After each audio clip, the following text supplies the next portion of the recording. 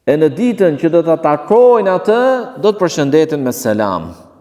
E në ditën që do të takojnë atë, pra Allahun, do të përshëndeten me selam. Ka thënë, të gjithë dietarët e gjuhës thonë se takimi këtu ka kuptimin e të qenurit bashkë dhe të vështrimit me sy.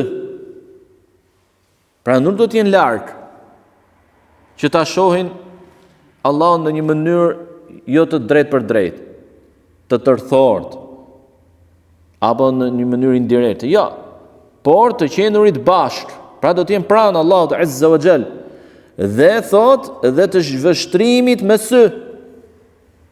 Dhe të vështrimit me sy. Pra edhe në aspektin gjuhësor, kuptimi është ai që kanë dhënë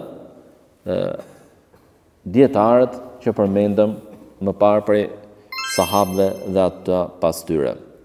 Prandaj thot autori i librit Ibn Qayyim rahimullah në fund të kësaj teme, prandaj takimi me Allahun Azza wa Jall është i vërtetuar me argument nga Kur'ani dhe hadithet e profetit alayhi salatu selam janë mutawatira.